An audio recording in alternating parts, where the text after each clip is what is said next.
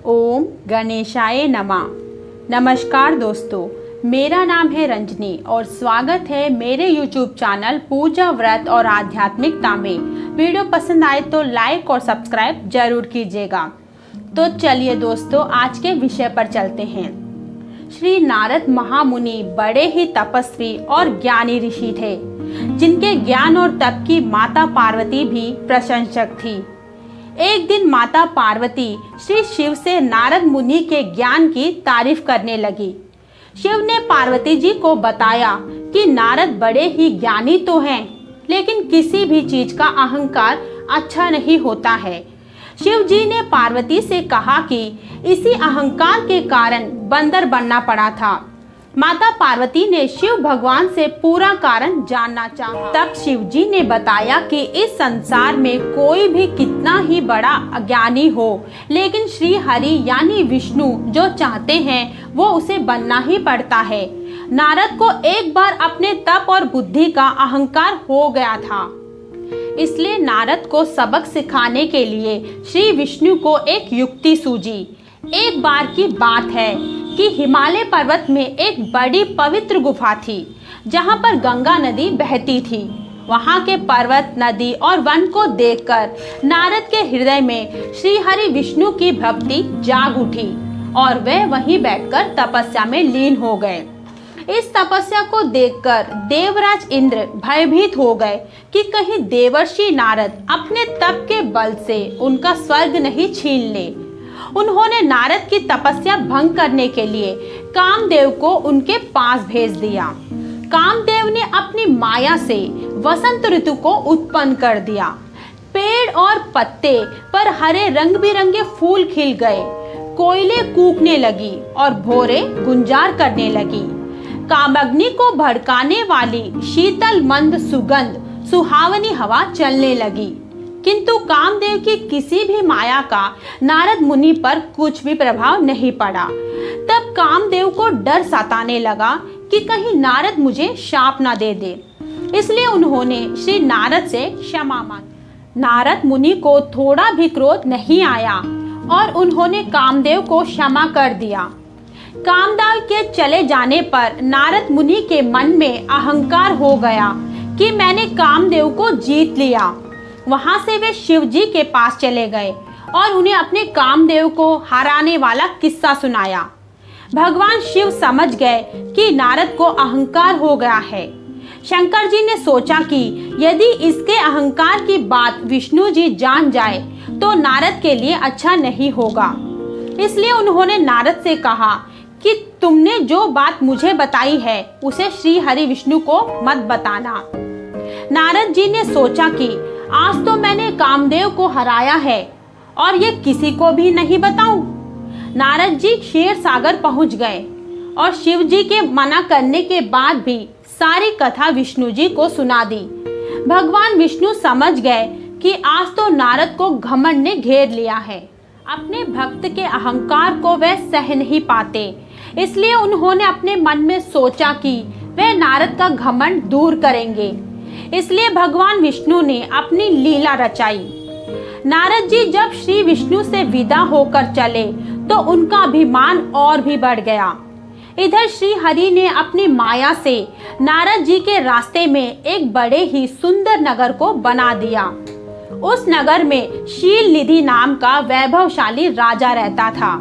उस राजा की विश्व मोहिनी नाम की बहुत ही सुंदर बेटी थी, जिसके रूप को देखकर लक्ष्मी भी मोहित हो जाए।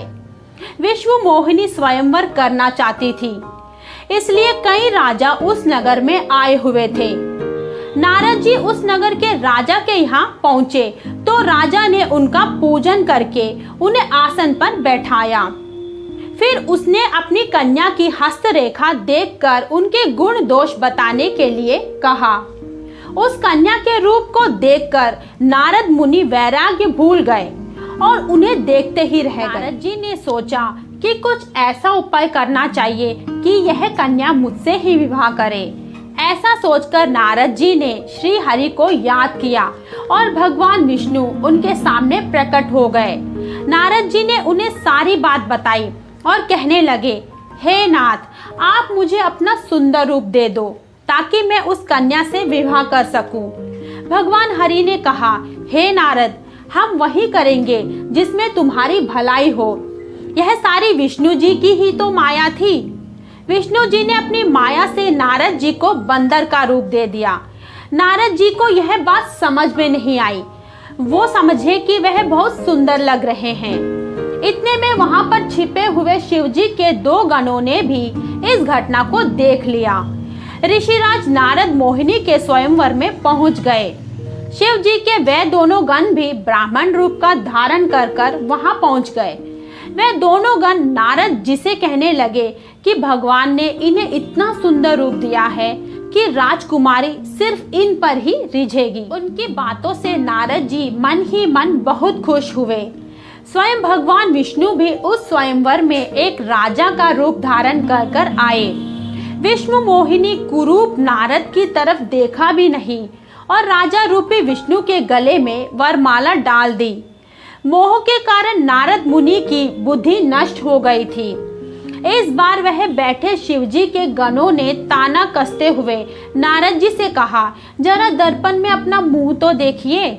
मुनि ने जल में झांक कर अपना मुंह देखा और अपनी कुरूपता देखकर गुस्सा हो उठे। गुस्से से लाल नारद जी ने शिव जी के उन दोनों गणों को राक्षस हो जाने का शाप देने के बाद जब मुनि ने एक बार फिर से जल में अपना मुंह देखा तो उन्हें अपना असली रूप फिर से मिल चुका था। लेकिन भगवान विष्णु पर उन्हें बहुत गुस्सा आ रहा था, क्योंकि विष्णु के कारण ही उनकी बहुत ही हंसी हुई थी। वे उसी समय विष्णु जी से मिलने के लिए चल पड़े। रास्ते में ही उनकी मुलाकात विष्णु जी से हो गई।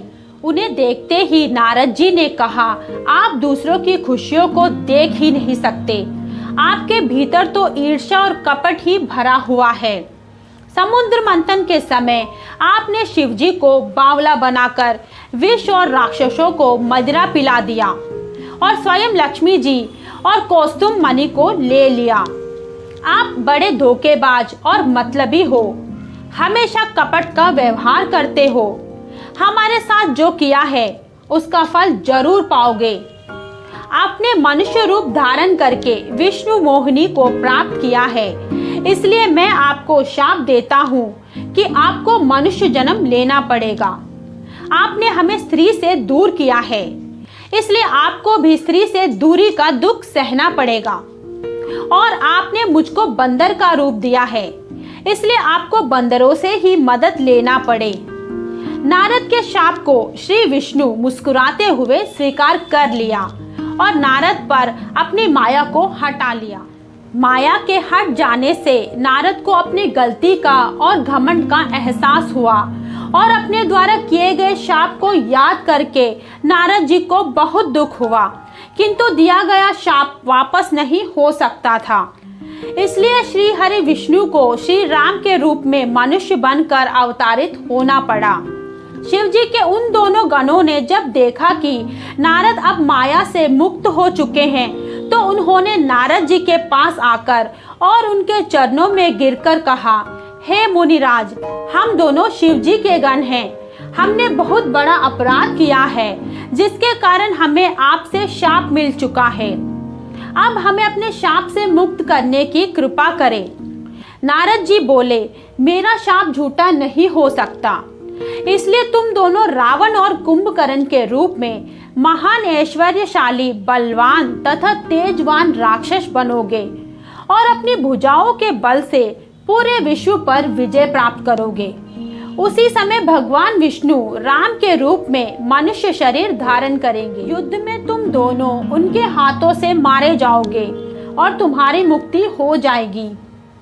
दोस्तों, यह थी मेरी छोटी सी प्रयास इस विषय पर। एक नए विषय के साथ फिर आपके सामने हाजिर होंगी जल्द। आशा करती हूँ कि आप लोगों को यह विषय पसंद आया होगा। अच्छा लगे तो लाइक और सब्सक्राइब जरूर कीजिएगा। धन्यवाद और नमस्कार।